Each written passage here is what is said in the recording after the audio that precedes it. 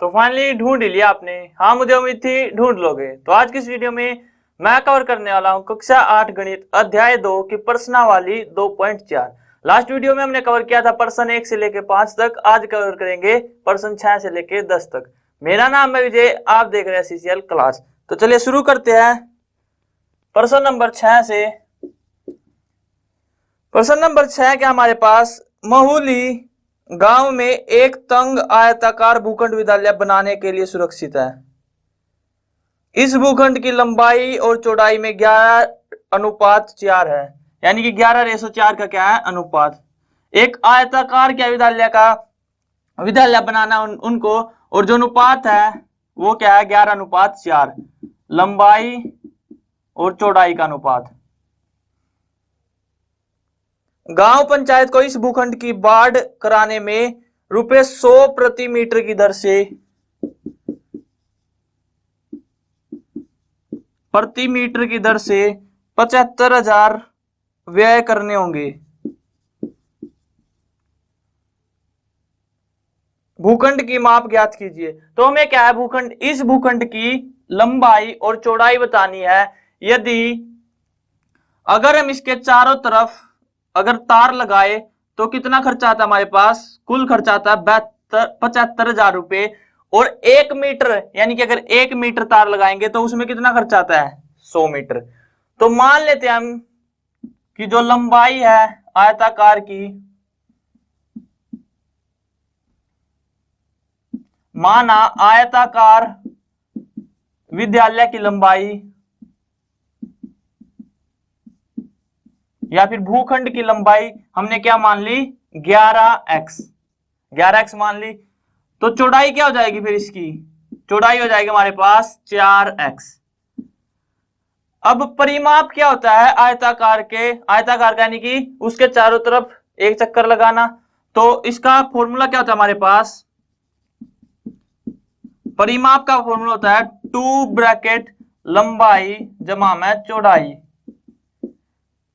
और ये किसके बराबर है, ये होगा हमारे पास, देखो 2 ब्रैकेट लंबाई क्या है 11x जमा में चौड़ाई क्या है 4x। तो 11 और 4 15, 15 दूनी 30, 30x। क्या आ गया हमारे पास 30x। और ये किस में आया, देखो परिमाप क्या आएगा मीटर में, मीटर में ही तो आएगा क्योंकि लंबाई तो है एक तरह से। तो ये कितना आया 30x मीटर। अब 1 मीटर में 100 रुपए लगते हैं, तो 30x मीटर में कितने लगेंगे 30x गुना में 100, यानी कि कुल खर्चा किसके बराबर होगा हमारे पास 100 गुना में 30x, इतना खर्चा होगा। और ये जो है ये किसके बराबर है 75,000 के, ये बराबर है 75,000 के। 2 जीरो से 2 जीरो कट गई, 1 जीरो से 1 जीरो। तो यहां आ गया हमारे पास 3x बराबर है 75, और x क्या आ गया 75/3 25। यानी कि यहां पे जो हमने x लिया था 11x और 4x, तो यहां पे x की मान क्या आ गया हमारे पास 25 आ गया। अब यहाँ पे 25 रखेंगे तो लंबाई कितनी आ जाएगी हमारे पास 25 गुना 11, 25 250, 250 और 25 275। तो 275 मीटर आ गई हमारे पास लंबाई। और चौड़ाई क्या आ जाएगी, चौड़ाई आ जाएगी 4x, यानी कि 4 गुना 25, तो 25 चौके 100। तो 100 मीटर आ गई हमारे पास चौड़ाई, और लंबाई आ गई 275 मीटर। एक बार दोबारा देख लेते हैं। देखो एक आयताकार विद्यालय बनाना है, उसमें लंबाई और चौड़ाई का अनुपात दिया हुआ है 11:4, और 1 मीटर तार अगर हमें लगाना है उसका खर्चा कितना आता है 100 रुपए। और कुल जो खर्चा है हमारे पास वो कितना आया 75,000 रुपए। या फिर यहां से आप ऐसे भी कर सकते हो कि कुल तार की लंबाई निकाल सकते हैं। यहां से कितना होगा 75,000 बटे में 100, यानी कि 750। तो कुल तार की लंबाई कितनी आ गई 750। और यहां से हमने आयताकार की विद्यालय की लंबाई क्या मान ली 11x, और ये चौड़ाई 4x, दोनों को जोड़ा 15x। परिमाप क्या होता है इसका 2 गुना, यानी कि 11 और 4 15, 15 दूनी 30, 30x। तो अब आप यहां से 30x को किसके बराबर रख सकते हो 750 के, क्यों, क्योंकि ये भी क्या ही है कुल लंबाई तार की लंबाई, और ये भी क्या है, इसके चारों तरफ कुल तार जितना चाहिएगा, तो इसको 30x रख सकते हो, या फिर कुल खर्चे के हिसाब से निकाल सकते हैं। कुल खर्चा कितना, 75,000, और यहाँ पे क्या है, 100 गुना 30x। तो जैसे चाहो आप वैसे कर सकते हो। नेक्स्ट प्रश्न नंबर 7। प्रश्न नंबर 7 है, हसन स्कूल वर्दी बनाने के लिए 2 प्रकार का कपड़ा खरीदता है। हसन को क्या वर्दी बनानी है स्कूल की, तो वो 2 प्रकार का कपड़ा खरीदता है। इसमें कमीज के कपड़े का भाव 50 रुपए प्रति मीटर। जो कमीज है उसके कपड़े का भाव क्या दिया हुआ है, 50 रुपए प्रति मीटर, तथा पतलून के कपड़े का भाव 90 रुपए प्रति मीटर है। और पतलून के कपड़े का भाव क्या है, 90 रुपए प्रति मीटर। वह कमीज के प्रत्येक 3 मीटर कपड़े के लिए पतलून का 2 मीटर कपड़ा खरीदता है। देखो, अगर वो कमीज का 3 मीटर कपड़ा खरीदता है तो पतलून का कितना खरीदता है, 2 मीटर कपड़ा। वह इस कपड़े को कम से 12% और 10% लाभ पर बेचकर, देखो इसको जो है 3 मीटर कपड़ा खरीदा है, इसको तो बेचेगा वो 12% लाभ पर, और जो ये खरीदा उसको 10% लाभ पर बेचेगा। 36,600 रुपये प्राप्त करता है। और कुल रुपए कितने प्राप्त करता है, 36,600। उसने पतलून के लिए कितना कपड़ा खरीदा, तो हमें क्या बताना है कि उसने पतलून के लिए कितना कपड़ा खरीदा। मान लेते हैं, देखो उसने कमीज के लिए हमने मान लिया 3x, क्या मान लिया, 3x। तो माना कमीज के लिए कपड़ा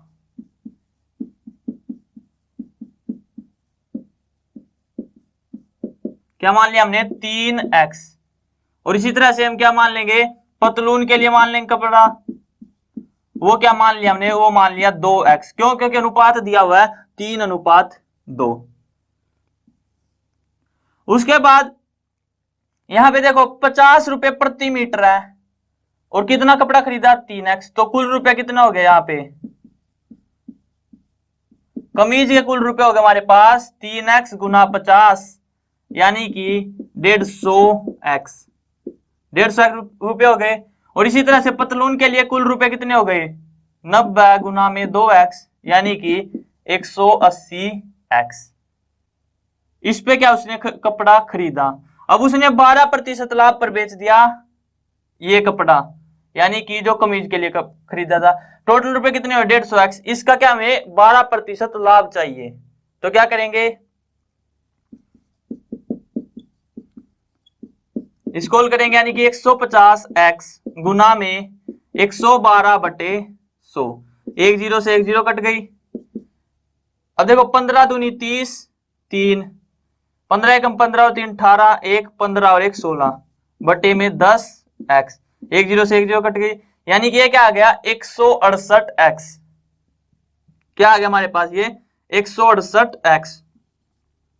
इसी तरह से इसको हल करेंगे तो 180 का 10%, 180 का 10% कितना होगा, हमारे पास होगा 18।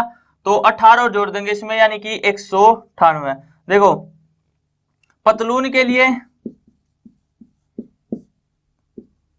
10% लाभ पे बेचता है, यानी कि वो बेचता है 180x गुना में 110/100। इससे कट गया, इससे कट गया, 11 8 88, 11 और 8 19, 198x। तो यहाँ पे इसका कुल कीमत आ गई हमारे पास, जो लाभ पे बेचने के बाद आई वो आई 198x, ये आई 168x। अगर इन दोनों को जोड़ दे तो 36,600 रुपये प्राप्त होते हैं। तो जोड़ेंगे तो देखो 168x जमा में 198x बराबर है 36,600।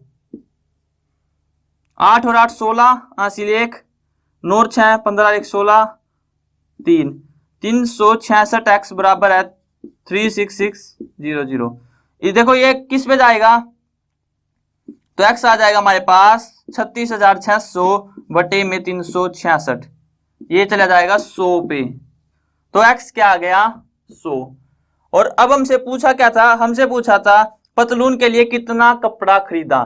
जब x का जो मान आया है वो 100 आया है, तो पतलून के लिए क्या माना था हमने, 2x। कपड़ा कितना माना था, 2x। तो पतलून के लिए कितना मीटर कपड़ा खरीदेगा वो, वो खरीदेगा 100 दूनी 200, तो यानी कि पतलून के लिए वो 200 मीटर कपड़ा खरीदेगा। कितना मीटर खरीदेगा? 200 मीटर। एक बार दोबारा देख लेते हैं। देखो सबसे पहले में क्या दिया हुआ था कि कमीज है उसका जो भाव है वो क्या है 50 रुपए प्रति मीटर और पतलून का 90 रुपए प्रति मीटर। और कपड़ा किस अनुपात में खरीदता है वो 3:2, यानी कि 3 अगर कमीज का कपड़ा लिया तो 2 रेशो में क्या लेगा पतलून का कपड़ा। और इसको बेचता है 12% लाभ पे और पतलून के कपड़े को 10% लाभ पे। और जो कुल रुपए मिलते हैं उसको वो कितने मिलते हैं 36,600 रुपए। तो उसके बाद हमने मान लिया कि कमीज का कपड़ा कितना है 3x और उसके बाद पतलून का कपड़ा मान लिया 2x। अब देखो ये कपड़ा माना हमने 3x, कुल रुपए कितने होंगे 3x की गुना करेंगे 50 से, क्यों? क्योंकि 1 मीटर कपड़ा कितने का 50 का, तो कुल रुपए कितने आ गए 150x। उसके बाद इसको बेचता 12% लाभ पे, तो यानी कि इसका 12% लाभ प्राप्त करने के बाद कितने में बिकेगा ये 168x में। इसी तरह से पतलून का निकाला वो कितना आया 180x। ये तो आया इसका कुल रुपए, ये क्या 180x रुपए। और हमें क्या निकालना है प्रॉफिट पे, यानी कि लाभ पे कितने बेचा, तो इसका 10% फायदे में बेचा तो क्या आया 198x। अब 198x प्लस में 168x क्या आ गया 366x। और जो ये कुल है ये किसके बराबर है 36,600 के। तो यहां से x क्या आ गया 100। पतलून क्या माना था हमने 2x, तो पतलून का कपड़ा कितना आ गया 200 मीटर। नेक्स्ट प्रश्न नंबर 8 है,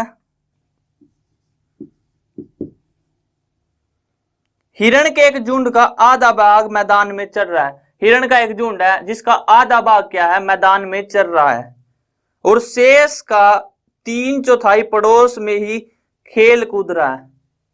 तो देखो अगर जितनी भी हिरण है x मान लेते हैं, उसका आधा भाग तो क्या है मैदान में चल रहा है और जो बच गया और शेष का, यानी कि आधा भाग चला गया तो कितना बच गया आधा भाग, इसका 3/4 यानी कि 1/2x का 3/4 भाग जो है वो क्या कर रहा है वो पड़ोस में खेल कूद रहा है।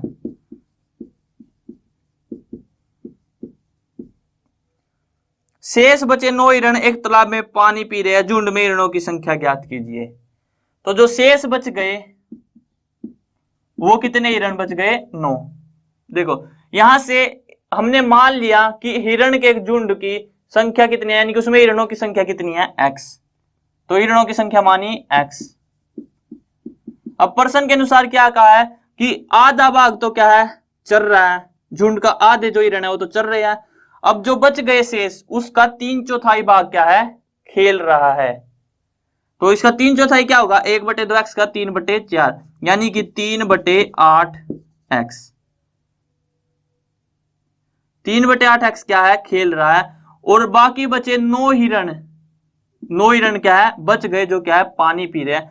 तो हमें बताना है कि झुंड में हिरणों की संख्या क्या होगी।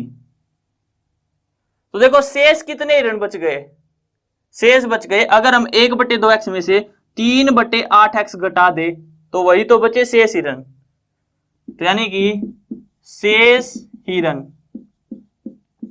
1/2x minus 3/8x। लघुत्तम समापवर्तक क्या आएगा 8, 2 चौके 8 यानी कि 4x माइनस 3x, यानी कि 4x में 3x गया x/8। और हिरणों की संख्या कितनी है, जो शेष हिरण बचे हुए हैं वो कितने दिए हुए हैं 9, यानी कि x/8 क्या आ गया 9, तो x क्या आ गया 9 × 72, यानी कि झुंड में हिरणों की संख्या कितनी है 72। मुझे लगता है आपको समझ में आ गया होगा। एक बार दोबारा देख लेते हैं। कुल हिरण हमने मान लिया x, आधे चल रहे हैं और आधे क्या है शेष जो बच गए, कितने बच गए आधे, उसका 3/4 क्या है खेल कूद रहे हैं। तो 1/2x का 3/4 क्या होगा 3/8x खेल कूद रहे हैं। और जो शेष बच गए वो कितने हैं 9 और वो क्या कर रहे हैं पानी पी रहे हैं। तो यानी कि शेष कितने बचे 1/2x में से अगर 3/8x घटाए तो वही तो बचेंगे शेष, और वो किसके बराबर है 9 के, तो x क्या आ गया 72। प्रश्न नंबर 9 है हमारे पास,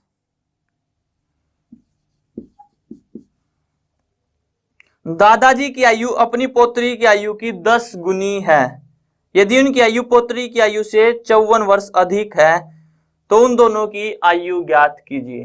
क्या कहा चलो मान लेते हैं हम पोत्री की आयु मान लेते हैं, माना पोत्री की आयु x वर्ष, यानी कि जो पोत्री है वो कितने साल की है, x साल की। तो दादाजी की आयु क्या हो जाएगी, उसके दादा की आयु क्या हो जाएगी, 10 गुनी है, यानी कि 10x। और जो दादा है वो पोत्री से 54 वर्ष बड़े हैं, यानी कि दादा क्या है 10x, ये किसके बराबर होंगे, x प्लस 54 के, क्योंकि पोत्री की आयु क्या है कम, उसमें 54 जोड़ेंगे जब भी तो दादा की आयु आएगी। तो अब देखो x इस तरफ आएगा, माइनस हो जाएगा, 10x में से x गया, 9x किसके बराबर है, 54 के। तो x क्या आ जाएगा हमारे पास, 9 छिक्की 54, यानी कि x आ गया 6, यानी कि पोत्री की आयु कितनी आ गई, 6 वर्ष। तो दादा की आयु क्या आ जाएगी, 60 वर्ष। देख सकते हो आप, जो दादा है वो क्या है, पोत्री से 10 वर्ष, 10 टाइम्स है, यानी कि 10 गुना है, और दोनों का अंतर क्या है, 54 वर्ष। लास्ट हमारे पास प्रश्न नंबर 10। प्रश्न नंबर 10 है, अमन की आयु उसके पुत्र की आयु की 3 गुनी है। जो अमन है उसकी आयु क्या है, अपने पुत्र की 3 गुनी। 10 वर्ष पहले उसकी आयु पुत्र की आयु की 5 गुनी थी, दोनों की वर्तमान आयु बताइए। तो चलो मान लेते हैं पुत्र की आयु,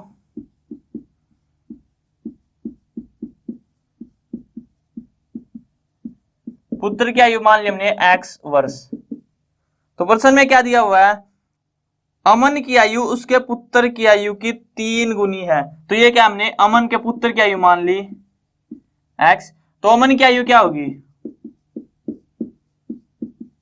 3 गुनी, यानी कि 3x। 10 वर्ष पहले अमन की आयु क्या होगी, अमन के पुत्र की आयु क्या रही होगी, x माइनस 10, और अमन की आयु 3x माइनस 10। उसके आयु पुत्र की आयु की 5 गुनी थी। अब 5 गुनी होगी तो 5 की गुना कहां करेंगे, देखो अमन की आयु तो पहले ही बढ़ी है, बराबर का साइन लगा दिया, तो यहां तो गुना कर ही नहीं सकते, क्यों, क्योंकि फिर बराबर नहीं होगा, तो यानी कि 5 कहां गुना होगा, यहां। अब इसको हल करना है, तो 5x माइनस 10 पंजे 50 बराबर है 3x माइनस 10 के। 3x को इस तरफ ले आते हैं, यानी कि 5x माइनस 3x बराबर है, ये माइनस 10, ये माइनस 50 इस तरफ जाके प्लस 50, 5 में से 3 गया 2x बराबर है 40, और x क्या आ गया 20, यानी कि अमन के पुत्र की आयु कितनी आ गई, 20 वर्ष। तो अमन की आयु कितनी आ गई, 60 वर्ष। दोबारा देखते हैं, देखो हमने पुत्र की आयु मान ली x वर्ष, तो जो अमन है वो उससे क्या अपने पुत्र से 3 गुना है, तो 3 गुना है, यानी कि 3x है। और प्रश्न में क्या कहा था कि 10 वर्ष पहले वो अपने पुत्र से 5 गुना था, तो 10 वर्ष पहले वो अपने पुत्र से क्या था, 5 गुना, यानी कि पुत्र की अगर 5 से गुना करेंगे तो क्या आएगी, अमन की आयु। तो इस तरह से हमने सोल्व किया, तो अमन के पुत्र की आयु क्या आ गई, 20 वर्ष, और अमन की आयु 60 वर्ष। तो आई होप आपको क्लियर हो गया होगा। यहाँ पे वीडियो एंड करते हैं। अगर वीडियो पसंद आए तो वीडियो को लाइक करना, और अगर चैनल पे नए हो तो चैनल को सब्सक्राइब कर लेना।